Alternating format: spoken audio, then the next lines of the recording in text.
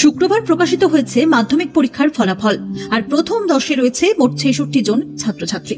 সেই তালিকারই অন্যতম কৃতী ছাত্র অনিশ দাস। রাজ্যে 9ম স্থান অধিকার করেছে হাবড়ার অনিশ। তার প্রাপ্ত নম্বর 687।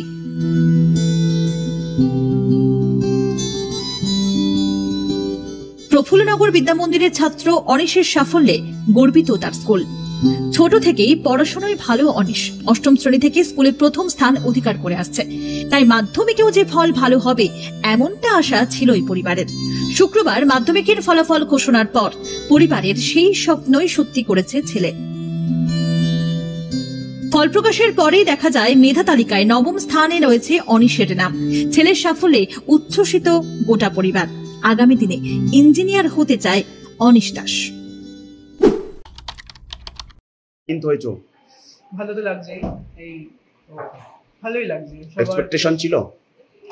এক্সপেকটেশন পরীক্ষা দিয়েছে বা কিছু তো একটু ছিলই। এটা এত মানে 9th হয়েও ভাবতে পারিনি। কত পেয়েছো? 687। এই সাফল্যের পিছনে অবদান কার কার আছে তোমার? আমার বাবা মা, গৃহশিক্ষক, স্কুল শিক্ষক সবারই অবদান আছে। কি হতে চাও? আমি আপাতত ইঞ্জিনিয়ারিং যেতে চাই, এবার তারপর তো ভবিষ্যৎ দেখা যাবে। গৃহশিক্ষক কতজন ছিল? গৃহশিক্ষক এরকম 8 জন। আপনি অবসর সময়ে কি করতে? অবসর সময়ে ছাড়া আর কি ভালো লাগে? দেখা বা একটু ঘুরে বেড়ানো এরকম কিছু। তার সাথে কথা বলা, বন্ধুদের সাথে এরকম কিছু। বাবার নাম? মৃদুল কান্তি দাস। কি করেন বাবা? বাবা একজন অ্যাস্ট্রোলজার। আর মা? মা হাউসওয়াইফ। হাউসওয়াইফ। একমাত্র ছেলে? হ্যাঁ। স্কুল সম্বন্ধে কি বলবেন? স্কুলের টিচাররা ভালোই, অনেকে আমাদের সাহায্য করেছেন। ফার্স্ট হয়ে এসছো প্রথম থেকেই প্রফুল্লনগরে? না, প্রথম থেকে না, আমি 8 থেকে উঠে ফার্স্ট হয়েছিলাম। 8 থেকে চাকা ঘুরে গেছে।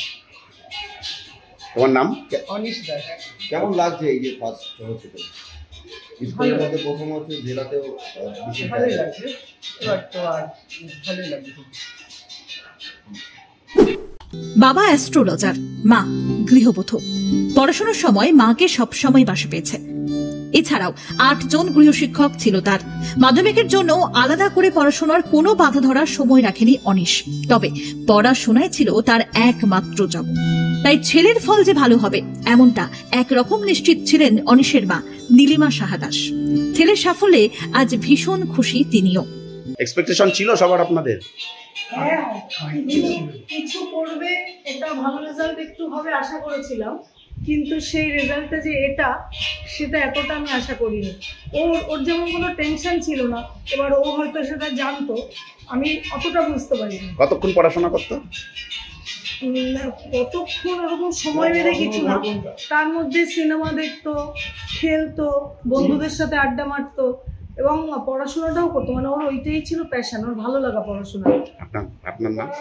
আমি নীলিমা সাহা দাস। আপনারা পড়াতেন? আমিও মানে ছায়া সঙ্গী, পড়ার জগতের ছায়া সঙ্গী। এদিকে অনিশের সাফল্যের খবর ছড়িয়ে পড়তেই হাবড়া স্টাফ কোয়ার্টারের বাড়িতে ভিড় করতে শুরু করেন তার প্রতিবেশী, পরিচিত মানুষজন। অনিশ এবং তার পরিবারের হাতে পুষ্পস্তবক, মিষ্টি তুলে দিয়ে তাকে শুভেচ্ছা জানিয়েছেন হাবড়া পৌরসভার চেয়ারম্যান নারায়ণ সাহা। এটা আমাদের কাছে একটা গর্বের বিষয়। আমাদের হাবড়ারই, আমাদের সন্তান, সকলের সন্তান অনিশ দাস ওইবার মাধ্যমিক পরীক্ষায় 9ম স্থান পেয়েছে সারা পশ্চিমবাংলার মধ্যে। এটা আমাদের ভীষণ গর্বের বিষয়। ঈশ্বরের কাছে প্রার্থনা করব অনেক বড় হোক। ও আগামী দিনে একজন ইঞ্জিনিয়ার হতে চাইছে। ওর স্বপ্ন নিশ্চিতভাবে সফল হবে। এরা আমাদের দেশের সন্তান এবং ওরা যা ভালো কাজ করবে সেই কাজ আমাদের দেশের উপকারে আসবে। বিধায়ক খবর পেয়েছেন? হ্যাঁ, মাননীয় বিধায়কের প্রতিনিধি হিসাবেই তো আমি এখানে এসেছি। আজকে ওর হাতে আমরা পুষ্পস্তবক, মিষ্টি। বিধায়ক যখন আসবেন হাবড়ায় নিশ্চয়ই বিধায়ক আসবেন, একবার দেখা করবেন ওর সাথে, আমার সাথে কথা হবে। এবছর 69 দিনের মাথায় প্রকাশিত হয়েছে মাধ্যমিক পরীক্ষার ফলাফল। মাধ্যমিক পরীক্ষা শুরু হয়েছিল 10 ফেব্রুয়ারি, শেষ হয় 22 ফেব্রুয়ারি।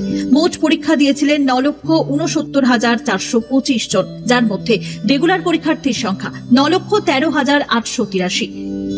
এবছর মাধ্যমিকে পাশ করেছে 86.56% পরীক্ষার্থী, যা গত বছরের তুলনায় সামান্য বেশি। পাশের হারে জেলাগুলির মধ্যে শীর্ষে রয়েছে পূর্ব মেদিনীপুর। এরপরই রয়েছে কালিম্পং, কলকাতা এবং পশ্চিম মেদিনীপুরের নাম। মাধ্যমিক উত্তীর্ণ সকল পরীক্ষার্থীকে নজরে কলকাতার তরফে রইল আগামীর জন্য অনেক শুভেচ্ছা। ব্যুরো রিপোর্ট, নজরে কলকাতা।